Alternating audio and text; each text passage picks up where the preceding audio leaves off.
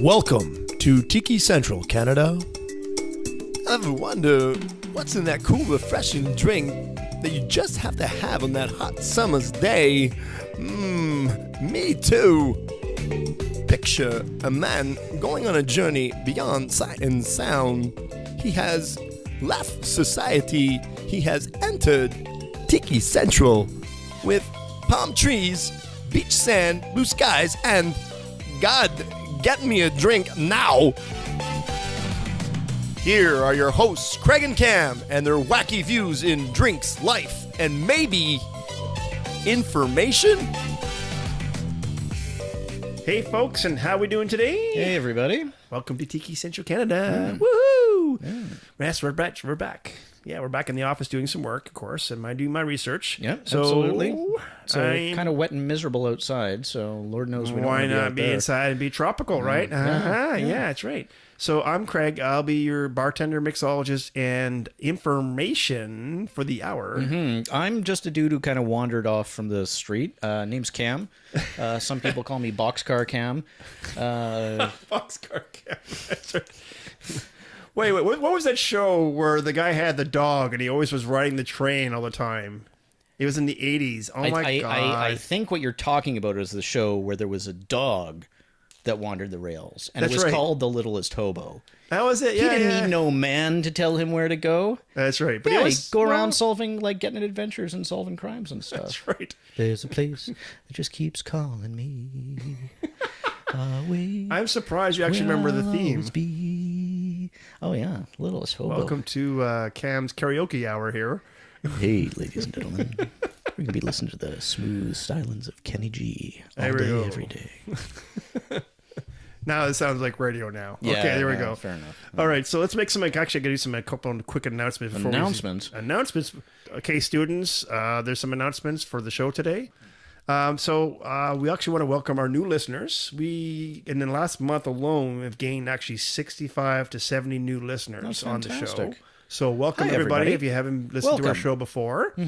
And also, too, we also have a contest going on our website, and also on our Facebook account and our Twitter account, and it's a giveaway for $25 for a gift certificate for Visa. $25? Where'd you get $25? I want Scrounged $25. up and I broke my piggy bank, and yeah, here we go. Well, the I evidence didn't is know right I in was front going to of ask me, you because you're doing chipping for beer. What are you talking about? Come on. No, so what it is that all you have to do is retweet our podcast post, or also follow us. Then also follow us on Facebook, or share or like our Facebook page, or even go just to the website, and that gets you into the contest. Right, and like every one of those Is that a you point. do, you get a point. It's a and ballot. then, yeah, exactly. So you can actually get up to, I think, 5 ballots Okay. towards the contest. Yeah. So it's doing really well, and we want to thank Rochelle, our media coordinator. She's actually the one who coordinated all that and did all that work for us. It's fantastic. Thanks, Rochelle. Yeah, she's doing an awesome job for us. So that is the announcements I have. No, it's good. It's good. I was getting bored anyway. I know. So, I never listened to him in school either. You know. yeah, no good could come from that. Yeah. So what are we talking about? Well, I'll give you a clue. How's that? I'll play a sound bite, and then you figure out what it is. Steve Austin, astronaut, a man barely alive. Gentlemen, we can rebuild him. We have the technology. We have the capability to make the first world's bionic man. Steve Austin will be that man. Better than he's before. Better, stronger, faster. $6 Million Man? Yes, that's what it was. Hey! I wasn't sure at first. I thought it might be Yeah. Stone Cold Steve Austin. Austin. But I hear he Well, was he's kind of crushed. he's half bionic. I heard he was crushed by a rock, though. Hey yo! Oh, So $6 Million Man. smell what I'm cooking? Well, it doesn't smell good. I'll tell you that much. $6 Million Man. That's the name of the drink. No, actually, that's not the name of the drink, but that is the clue to the drink, and the name of the drink is actually called Test Pilot. That's the name of the drink we're doing today. See. Okay. Yes. Well, hopefully this is not a test. Because the last time you pulled that trick where you just like switched water out. Oh, yes, that's right. Yeah, I wasn't particularly impressed. No, not too good. How'd the drink start? Okay, so the drink started actually in 1941 with, guess who? Don the Beachcomber. Don the Beachcomber again. That's right, Boy, oh one of boy. the creators He, of Tiki culture. Yeah, he certainly Gets pops up a around. lot. He gets around, for sure. Well, in 41, okay, so you're looking at, not quite. Well, the Americans haven't entered World War II, and Right. but it's times are turbulent. Yes, for sure. Lots of jet lag. Yeah. Dun, dun, dun. Actually, what it is that World War II was a growing time of for aviation. And actually, it was the first war that, if you think about it, actually, the aviation was involved by all the sides. Yeah. So in other words, Well, it was a much major role. Major role. Everyone used aviation to get to more ground, right? You control the skies, you control the land. That's right. Right. Now, Don the Beachcomber did get into World War II. And He was a soldier. Well, drafted. I hold on, man. Let me explain what exactly he did. He could say he was in World War II, but Please tell me he was working for the Allies. That's right. Yeah, that's right. He was working for the Allies. Okay. No, he wasn't working. Yeah. No, actually, what he did is he actually Herr Beachcomber. "Hey, Beachcomber." That's right. That's my time. Yeah. No, actually, what he did is he actually set up rest and relaxation camps for officers in the Army Air Corps. Brilliant. So, in other words, like, hey, you've had a long day. Yeah, killing ain't Just cool, relax. man. I just want to Have a sit Mai here Tai. and make drinks. That's it. And And- fluff your pillow for you. And somehow shall I? Uncle Sam bought that, and so, Yeah, I so imagine he didn't see a minute of combat in Probably his entire not. period. No. Oh, well, No, that's no. good. That's good. So he actually did have a great appreciation, obviously, for the Air Force, and that's why the name of the drink came from. Okay, yeah, test pilot. And I mean, particularly in those days, that would have been an incredibly dangerous job. Oh, for sure. Because like they said, like, there was new technology in aviation. So guess what? You would have to have a test pilot to try that aviation out, right? AKA guinea pig. Yeah. So get in this plane. We're not quite sure if it's going to fly or not, but if it does, you're going to be a hero. Yeah. If And not, if not, well, you'll be a hero. That's right. No, there'll be just test B and Yeah. C and D. And Yeah. That's right. Are you familiar with a Purple Heart? That's right. Yeah. You'll get one. It'll be on your grave. That's right. So during this time of history, actually, for modern aviation, it was also known as the jet age. Well, yeah, I mean, I guess it'd be the beginning of the jet age because I mean, Right. like the Luftwaffe, the German Air Force Yes. had been experimenting and had produced jet fighters at a time where everybody else was using propeller propulsion.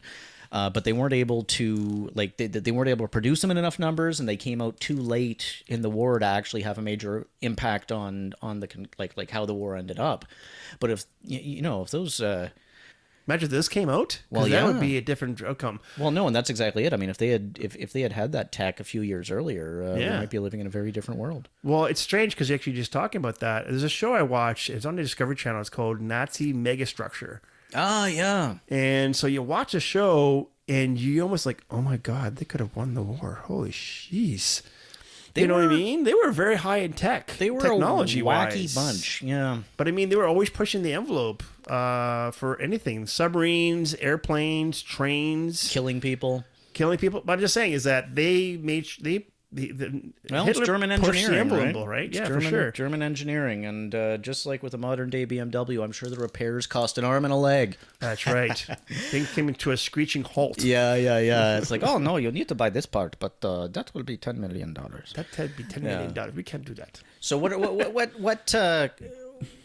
what's in this drink? All right, so this actually is a Don the Beachcomber original drink. A lot of Polynesian restaurants after that tried to clone it. Sure. As we talked about before, if you did the Google for test pilot, you probably see 1,000 recipes, right?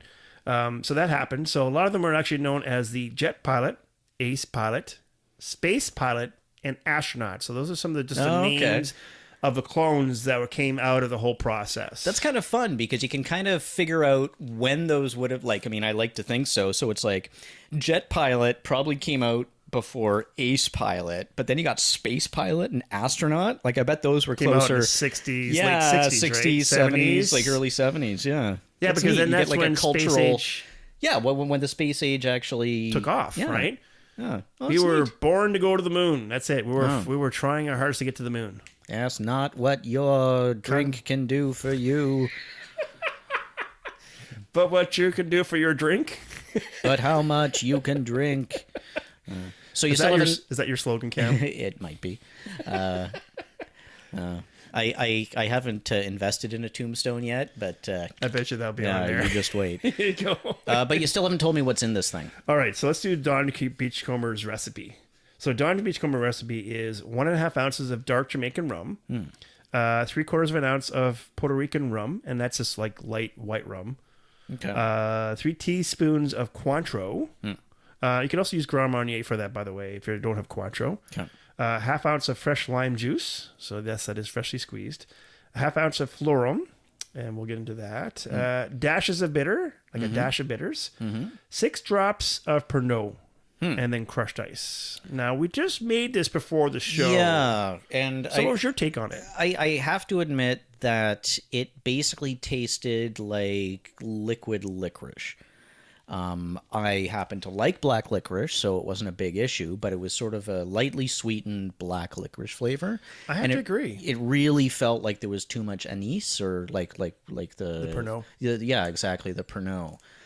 So if you're actually making this recipe, I think the suggestion that we're both making, and I agree with you on that one, is that maybe to tone down the Pernod. Yeah, like significantly. Yeah, like maybe 1 drop. But you know what you could probably do is to do 1 drop at a time. And then so do 1 taste it, drop, yeah. taste it, maybe do another drop Yeah. if you want more in there. Because, I mean, I'm pretty sure, and Lord knows I could be wrong, but I'm pretty sure that this is the first time I've had a drink with, let me see here, 2.25 ounce, 2.25 ounces of rum. Other than the zombie that we had from Chris. Let me finish. Oh, okay. 2.25 ounces of rum, and I couldn't taste a lick of rum in this. That's true. I didn't taste any The rum. licorice just dominates. It totally dominated. Yeah. And it's so strange because it is such a shame. small amount. Yeah. It's so overbearing. It's insane. Yeah, no, it packs Wow. a wallet. But you also mentioned, okay, so you know, like recommendation, I guess, from us to like ease Tone off down on the Pernod. Yeah, ease off on the Pernod. But you also mentioned Falernum again. Yes. And I remember us talking about this. This is sort of like the alchemist concoction that Right, a secret ingredient. yeah, that mixologists add, and. We had it with Chris. I remember Chris. He made us zombies. Like well, you were just mentioning the zombies. The zombies, yeah. Yeah. So Chris from Evo, in one of our episodes, if you want to go back in our library, we talked about the zombie, and one of the ingredients was the Falernum. And So yeah, but he wasn't particularly forthcoming. well, no, it's a secret ingredient of Tiki culture. Yeah. Don the Beachcomber himself even would not give up this recipe. And you weren't very forthcoming when I bugged you afterwards either. Well, can you keep a secret? Not really. Well, then I'm not good. No. Actually, what we'll do is Between you, me, and our listeners. So what we'll do is actually we're not going to go through it on the air right now because Okay. it is actually a pretty extensive Pretty process. involved. Okay. Yeah. There's lots of stages to it and steps to it. So what I'm going to do is I'm actually going to put it in the details and on a recipe page on our website. But yeah, there's a lot of steps to it. You got to basically ferment something for 24 hours, and then you got to cook something, and then you got to cool down something, and it's a process. Okay. I do recommend making this in small batches if you do make it, because I mean the lifespan is maybe like 2 weeks tops. Maybe. Oh, geez. Okay. So it's something that's you don't got to want be to make made a big fresh. batch and, of it, and then you really end up using a couple drops of it, and then you just throw the rest away, right? Yeah. So you don't want to be doing that, no, for sure. Now down the States, though, you can buy Falernum actually at their liquor stores. Oh, okay. Unfortunately, in Canada we can't. So there's sort we of have a to make it. standardized Falernum down Yeah. there. To No, a certain extent. You get different brands, I bet. Exactly. but, So yeah. you also gotta get different results. Sure. So if you're in the States and you're making this recipe and you're using a Falernum from a liquor store, do remember that you might get a different result than if you actually just make it from scratch. Sure. So we've mentioned we mentioned a couple of sort of the knockoffs Yes. of this drink. So Jet Pilot, Ace Pilot, Space Pilot, Astronaut. Yeah, honestly, it kind of reminds me of toys I would get in the 80s. That's right. Like I was really into Transformers, okay, which if you don't know, folks, were like plastic toys that looked like a vehicle, and then you could convert them into a robot. And then turned into multi-billion-dollar movies. Michael Bay, yeah, I still don't understand that. Must be loving it now. But one of the things that got me about those is that, you know, I'm pretty sure everybody has that one well-meaning aunt or uncle who really wants to get you exactly what you want for your birthday or Christmas, but they just they don't know how to do the shopping. Yes. And so instead of ending up with Optimus Prime, you end up with like Robot Warrior Truck. That's right, the clone. Yeah, the clone of it. Yeah. The no-name knockoff. Yeah, and you know the quality's a little bit lower, and like the transformation. You know, it's chintzy. And then of course you had to smile and go, "Geez, thanks, Uncle Bill." Exactly, I love it. Exactly. It's great. Oh my god. So when I'm sort of like the drinks you mentioned, Jet Pilot, Ace Pilot, Astronaut, etc. Like I'm kind of lumping those into that category. Right, those are just clones of the original. Yeah, but were there any kind of variations on a theme that were kind of like deserve recognition? Yeah, exactly. Like they took the core idea and then ran with it. So Trader Vic actually made his own version of it. Okay. And he called it the Jet Pilot. So so one of the Don the Beachcomber's Jet Pilot, Test Pilot. Yeah. So his recipe was a 1/4 ounce of lemon juice, a 1/4 ounce of the Falernum, which we talked about, and we'll put the recipe out there for that. 3/4 of an ounce of light Puerto Rican rum. Now for that, actually, if I don't mention before in the other recipe, you could actually just use Bacardi. Okay. Bacardi is a Puerto Rican rum, so it classifies into that category. 1 3/4 ounces of dark Jamaican rum, and a 1/4 ounce of Cointreau. So if you notice, there's no Pernod, no lime juice, no bitters. It's more of a matter of deletion rather than addition, I guess. Exactly. Yeah. Maybe we should try this one out next time. I concur. I think we need to try this one out for next time for sure. Here. Yeah. Yeah. So what you're gonna do is you're gonna take all those ingredients, you're gonna shake it all up with some ice cubes and then a shaker, and then instead of straining it, you're actually just gonna pour that directly into the glass. Okay, like ice and all. Exactly, ice and all. Yeah. Okay. Exactly. So that actually sounds like for me anyway, that sounds a bit more attractive. Yep. But I'm wondering if there's other variations on the theme or duplicates. Well, duplicates or real like attempts to change the basic nature of the drink. Right. So actually, in 1958, there was another version that was made, and again called the Jet Pilot. Okay. And it's a popular cocktail by Steve Crane's Luau restaurant. The Luau restaurant, I think, is in the States in California, actually. Okay. And Steve Crane was a bartender that was famous for Tiki culture, but it wasn't a creator. He wasn't a guy that moved the culture. He was just one of the famous bartenders that worked in the culture. Okay, he was like celebrity bartender / craftsman exactly. kind of thing. Right. Yeah. Right. Like a Del DeGraff, right? Okay. A Del DeGraff of mixology. So basically, he didn't create any new drinks. He just basically he was just really good at making them. Right. Yeah. So how did he make his version? So his recipe is 1 ounce of dark Jamaican rum, 3/4 of an ounce of golden Puerto Rican rum. So not the white rum, but the golden rum. 3/4 ounce of 151 proof Demerara rum. So this thing is getting a little Well, I was going to say it's interesting that every recipe you've given so far, the alcohol percentage it's just getting higher and higher and higher. It's just getting higher and higher as we go along here. 1/2 ounce of fresh lime juice, 1/2 ounce of grapefruit juice. Now you see, I think I'd like that because granted, lime juice and lemon juice are citrus, but I find grapefruit adds something, a nice little tart. It's not overbearing. And it's not the sour, it's the tartness. I think it balances it out. Yeah. You know what I mean? I've made some drinks with grapefruit juice, and I find what it does, it actually kind of balances out the drink. The only thing I found that grapefruit doesn't work well with is beer. And I'm actually serious because you can get grapefruit infused beers, but I find that really the only thing you get of the grapefruit in those is the bitterness, like the sourness, without any of the sweetness or flavor. Right. Now that's funny, interesting you say that, because one of the beers that you order for me, the Dominion City Sunsplit. Oh, the Sunsplit IPA. I found that very grapefruity. It's very citrusy, but I would suggest it's a sweet citrus. Okay. Because when I pour, I can smell grapefruit. Yeah. No. There's definitely grapefruit notes in there, but those come from the hops rather than from actual grapefruit infusion. Oh, okay. And beers that I've had that have we use grapefruit in the brewing process. Yeah. They generally come out with a really weird bitterness that's distinct to grapefruit, but doesn't taste anything like grapefruit. Right. That's and of course that just ruins the beer. Yeah, I do not like them. No, I don't blame you. I wouldn't want my beer tasting like grapefruit either. Yeah.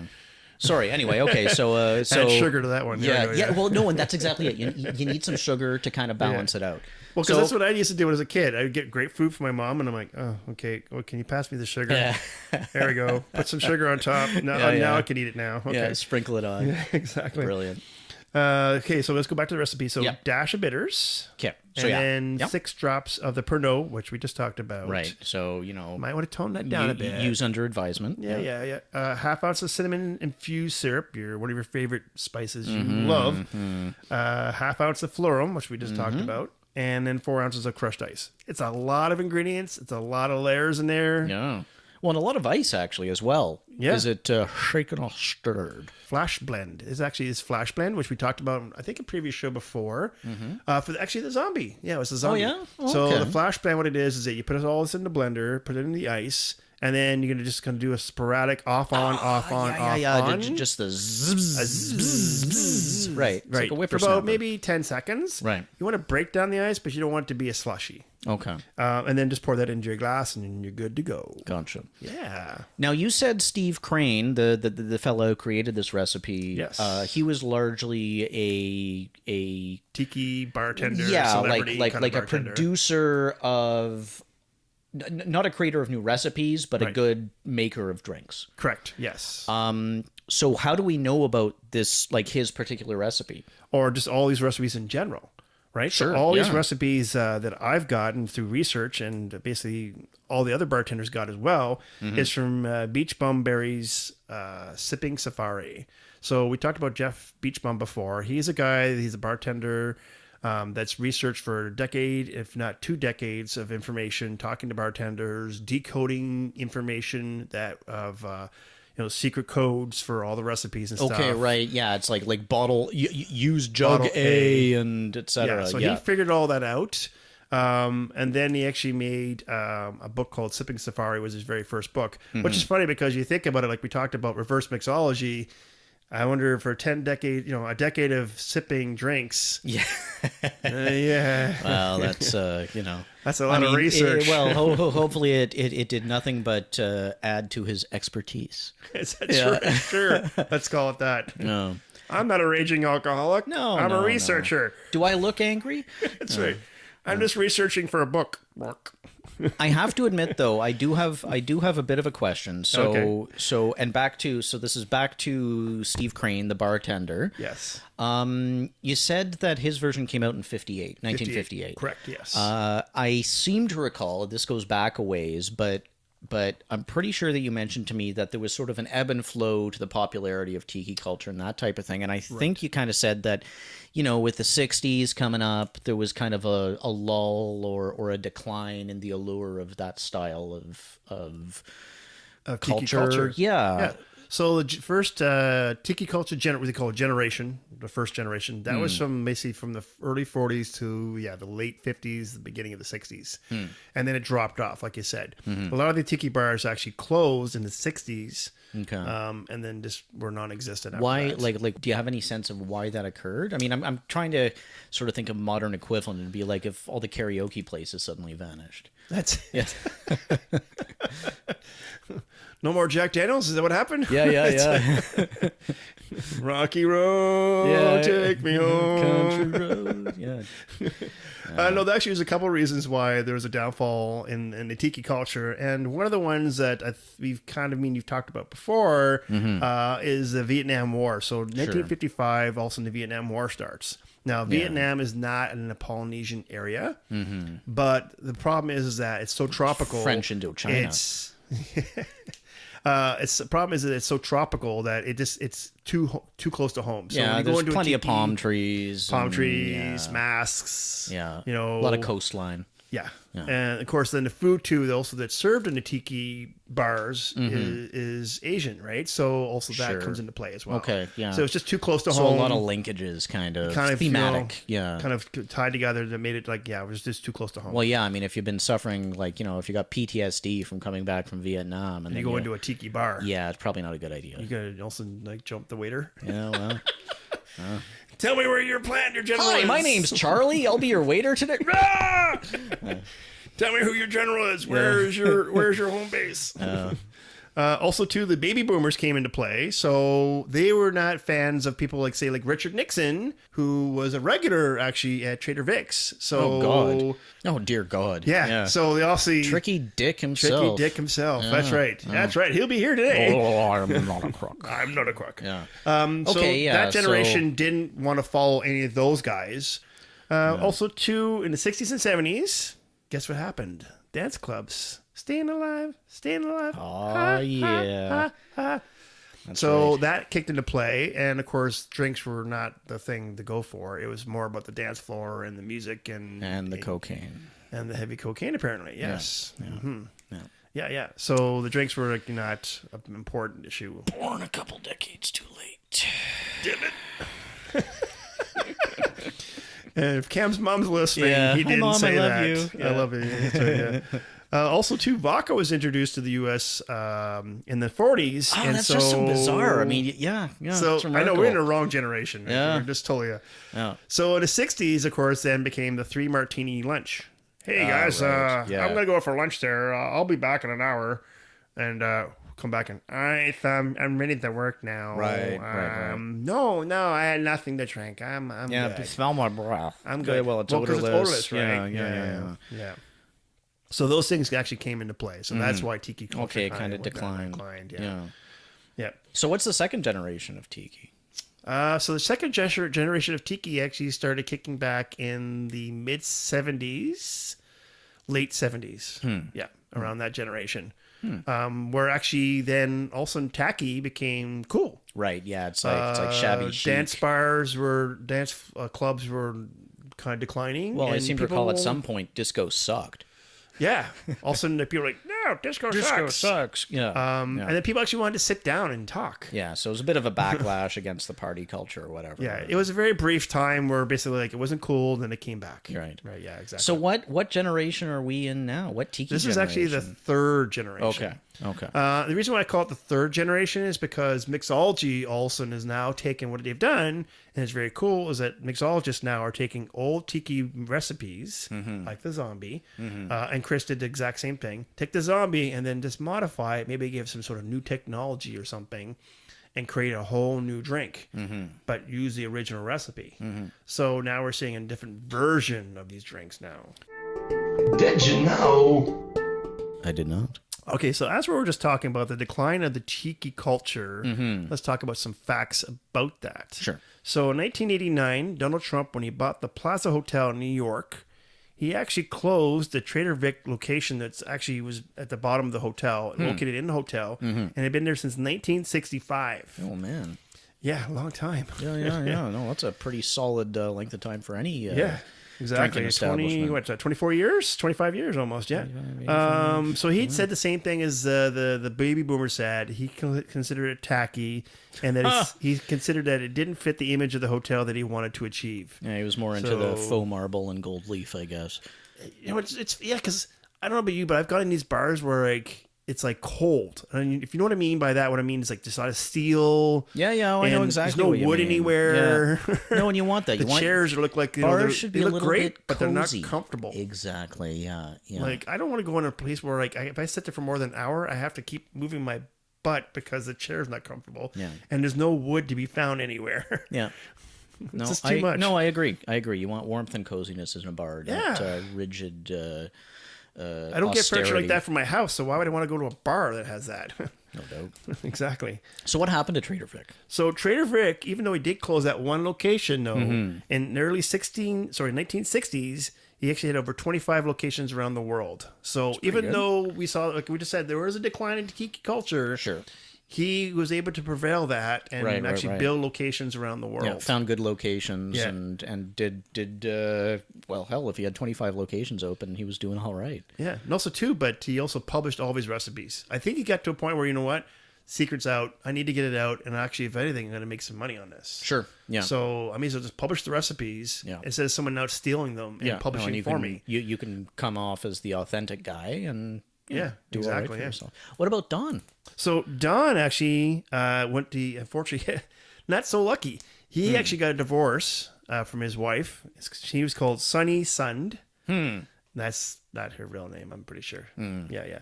Anyways, so in the divorce agreement, he wasn't allowed to build a new restaurant in the States. Oh, she got the at rights. all. So imagine you build your empire, Neo my. and then you're like, hey, let's get married, and then like, hey, take my empire, and it's yours now, and I can't do anything with it. That really stings. Yeah, that's harsh. So guess what he did? So he decides, you know what, if I can't build a new restaurant, but I still want to build restaurants and venture on more into my career. Sure. He moved to the Hawaii, which was not part of the States at the time, and built the Polynesian Village chain of restaurants. Oh, okay. I've never heard of these. Yeah. So if you go in Hawaii, you will see Polynesian Village restaurants. Okay, and it's the same kind of shtick. And, it's tiki, basically, lots of tiki culture drinks, masks, Polynesian stuff all over the place. Yeah, very, very cool. That's awesome. So, yeah, he's like, okay, well, screw you guys. Life I'm out of gives here. you lemons. You make yourself a tiki drink. Juice. I like it. Yeah. That should be in my tombstone. Yeah. There we go. Yeah. There you go. It's like, yeah. Craig got served lemons and he made tiki drinks with it. There we go. Yeah. Nothing wrong with that. There we go. Nothing wrong with that at all. All right, folks. So that is our show. Let's give you some information. So we are www.tikicentralcanada.ca. That's all one word. Yep. And on there, like I said, you'll see that we have a new improved website. So we do have a page for recipes, a page for episodes, a page for links for iTunes, Google Play, and Player FM. That was another one we talked about before, the platform. Also, too, there is a link for the contest. It's going on until November 15th, so do click in and get your points, guys. Get your points. Yeah. It's a $25 gift card going up for that one. And I mean, I really have to say, and like I don't want to toot my own horn here, but I am really impressed with the work I did on the website. It was... That's right. That's all the time and effort I put in. You still haven't done a new photo yet, though. Yeah. I'm waiting for the new photo. I need a tripod. Whoa, okay. That just sounded way too graphic. Well, please tell me there's going to be clothes involved, okay? No promises, man. Okay. You lost your veto. No banana boats. Yeah, okay, whatever. banana hammock. But no banana hammocks. There we go. Yeah. Oh, my God. How about a banana and a hammock? Banana, yeah. How about you and a banana and a hammock? Yeah. Yeah. So also too, you'll see us on Facebook, Twitter, and like I said, part of the contest actually is retweeting us and following us on those two. Spread the word, guys. Platforms. Just to let you guys know, we actually, if you notice on our show, we have no commercials whatsoever. We don't have any sponsorship whatsoever on our shows because I want to make sure that you guys get the show and not get slapped with all kinds of commercials and things like this. Because I mean, I'm sure, Cam, you listen to podcasts, and nothing annoys me more than I'm getting into the podcast and all of a sudden it stops for a commercial break. Yeah, well, and it's like commercial breaks are long and tedious, and they're so easy to skip. Yeah, I know, but it's just like so annoying. Like I don't listen to regular radio for that exact reason. Annoying. So just let you guys know, we our whole process of our show is by subscribers. So as long as we get subscribers in, then the show continues. So please do subscribe to the show. Please do follow us on Facebook, Twitter, and our webpage. And there'll be more and more of us for sure. And if you have any comments or questions, for sure, definitely put on there. Also, too, I wanted to mention that even though this contest, are giving away a Visa gift card, in the next contest, which will be in December, if you guys are thinking about maybe a different kind of prize that I can give you guys within realm, let's make sure it's within reason here, then yeah, for sure. Like one of the things I did think about, but I thought maybe wouldn't be working, was maybe a bartender's beginner's kit for someone who wanted to start bartending at home. So give me your input on that. That'd be cool, yeah, because I mean we can't give away booze. There's laws against that. Yeah, kind exactly. Of thing. But I mean, if you are, example, like you want to make drinks at home, and you're like, well, I have a nice beginner's bartender kit with everything that I need to make drinks, and hey, put that in the comments, and we'll make that in there. Make it be the next prize. There you go. And I think speaking about drinks and cocktails, I think we need another one there. I'm running low. Ditto here. So I think we need to go. So thanks for listening, guys, and stay tuned. And we'll see you guys around next time. Later. Peace. Well, I don't know about you, but I got informed. Guys, where's my drink?